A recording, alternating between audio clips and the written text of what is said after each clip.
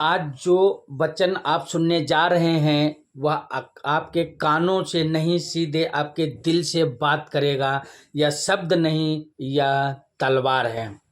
भाइयों, इस वीडियो को छोड़ के मत जाना। आज हम इस वचन के द्वारा जो है बात करेंगे और सीखेंगे इस वचन से, और हमारे जीवन को एक नई दिशा मिलेगी। भाइयों, सबको जय मसीह की।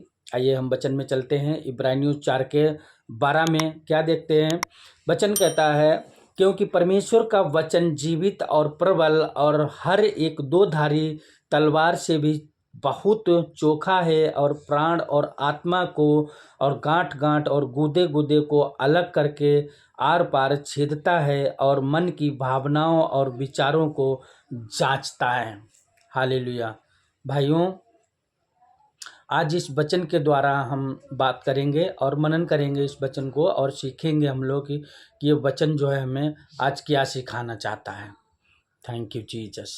भाइयों, ये जो वचन है आज का, प्रिय भाइयों, आज वचन आपके सामने ये कोई कहानी नहीं है, कोई विचार नहीं है, बल्कि परमेश्वर का जीवित वचन लेके आज आपके पास आया हूँ। कृपया इस वचन को जरूर ईमानदारी से सुने। ये जो इब्रानियों 4:12 है, वचन हमसे क्या कहता है यहाँ पे? क्योंकि परमेश्वर का वचन जीवित और प्रबल और हर एक दो धारी तलवार से भी चोखा है। जो दो धारी तलवार होती, दोनों तरफ काटती, उससे भी चोखा है ये, वो वचन है। भाइयों भाइयों बहनों, यह वचन किताब में बंद नहीं है। ये वचन कोई किताब में बंद नहीं है। यह वचन कोई कागज पर लिखा हुआ एक शब्द नहीं है खाली। यह आज भी काम करने वाली शक्ति है।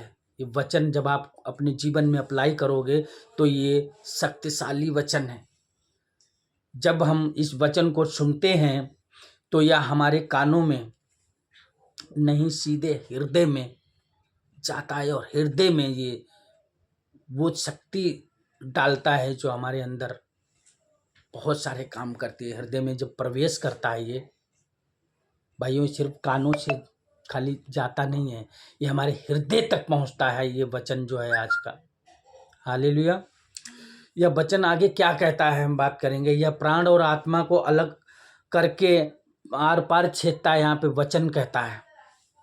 हालेलुया। इसका अर्थ यह है कि हम जो दिखाते हैं और जो हैं, उन दोनों के बीच में फ़र्क देता है कि हम क्या हैं और क्या लोगों को दिखाना चाहते हैं। यह परमेश्वर का वचन हमें साफ साफ जो है दिखा देता है। हमारे अंदर का फ़र्क जो है, हम कैसे दूसरों से बात करते हैं, हमारे हृदय में क्या होता है, वो सब हमें यहाँ पे प्रभु इस वचन के द्वारा सब दिखाते हैं।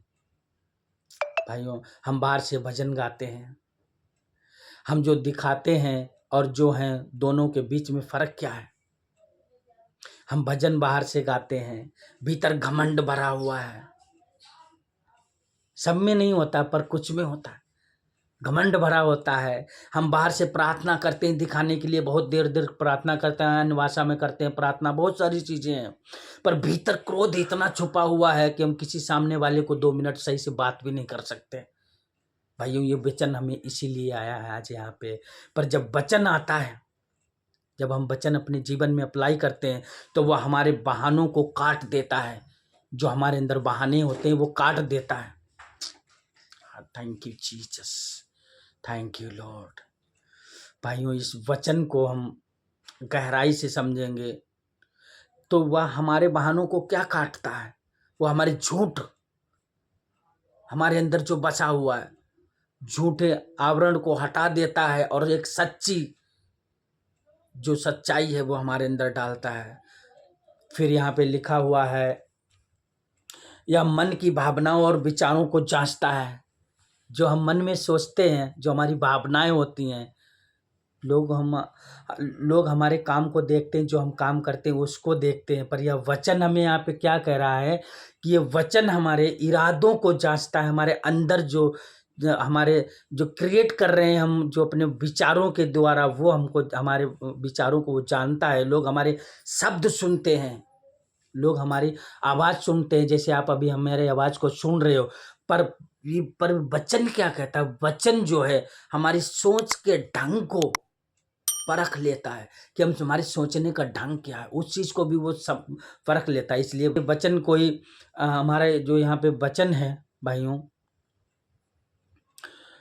कि इसलिए वचन से कोई नहीं बच सकता, या वह राजा को भी झुका देता है। वचन जो है राजा को भी झुका देता है और पापी को भी रुला देता है। भाइयों हमारे सोचने का ढंग को वो जानता है, तो वो हर चीज़ में फ़र्क बता देता है कि तुम्हारे अंदर क्या है, तुम हकीकत में क्या हो और तुम पीछे क्या हो, सब चीज़ को वो बता देता है। जब यह हमें चीरता है ना, वचन जब हमारे हृदय में जाता है, वो चीरता है ना, तो इसलिए नहीं कि दर्द दे, बल्कि इसलिए कि बीमारी को निकाल दे। कौन कौन सी बीमारियां हमारे अंदर हैं उनको वो सबको निकालता है जब हम सच्चाई पे, वचन पे, सच्चाई पे चलते हैं। आज प्रश्न यह नहीं है कि हम कलीसिया में हैं या नहीं हैं, प्रश्न यह है क्या परमेश्वर का वचन आपको बदल रहा है। ये सिर्फ आप जानते हैं, हम जानते हैं कि जो वचन हम पढ़ रहे हैं क्या उसको हम अपने जीवन में अप्लाई कर रहे हैं, या खाली सुना और इस कान से निकाल दिया। भाइयों वचन वो दो धारी तलवार है ये, जो अगर हम उसको मानते हैं तो वो हमारे अंदर जाके काम करता है। अगर हमारे अंदर पाप है तो उस पे वो काम करेगा, हमें बदलेगा अगर हम उसको अप्लाई करेंगे तो। भाइयों अगर वचन आपको पश्चाताप की ओर ले जा रहा है, अगर वचन आपको नम्र बना रहा है, अगर वचन आपको पवित्र जीवन की ओर बुला रहा है, तो समझिए कि परमेश्वर आज भी बोल रहा है क्या कि उसके वचन पे चलो। आप उसके मान रहे हो तो ये तीनों निशानियां चारों आपके अंदर होनी चाहिए।